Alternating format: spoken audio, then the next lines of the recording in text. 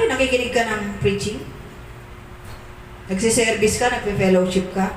Pero ang puso mo wala doon. Kanino ka nagsiserve? The gods around us today. Yun ang sinasabi. Sino? Or the God of gods, the Lord. Pag binasa po natin the entire Old Testament, the entire Bible, alam niyo po, kaya nga hindi ako naniniwala sa sinasabi ng mga nagsasabi na yun na ang God ng Old Testament ay murderer. Napakabuti niya. Talaga naman dapat patayin si Satan eh. Talaga naman dapat patayin ang masama eh. Patayin sa sarili nyo, sa sarili natin ang kasalanan. Kaya nga tayo, we must be born again. Amen. Kasi kailangan natin patayin yun. Ang sabi ng Panginoon, di ba, patayin nyo sila lahat. Pero hindi nga nangyari, kaya nga nagkaroon ng tinig sa lalamunan. Pero bakit ba kailangan yun? Naunawaan ko rin po yun eh. Talagang kailangan patayin eh. Sa atin ngayon, kailangan mong patayin yan.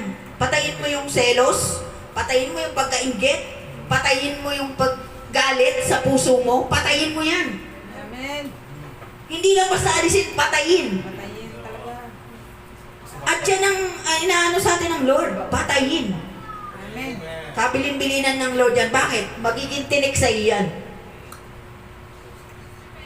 Magiging ugat yan ang kasalanan mo. Selos, galit. Pag hindi mo pinatay yan sa sarili mo, unti-unti kang, sorry for the word, lalamunin.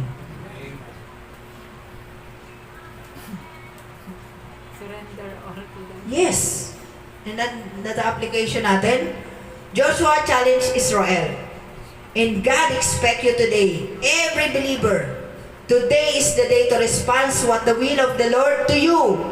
Are you a harvester or are you the one who needs to harvest? Ano ibig sabihin nun? Nag-share naman ako ng gospel eh. Yun nga eh. Saka na lang kasi wala akong time ngayon. Minsan, hirap na ako sa ano ko eh, ganito. Wala akong pera. You are not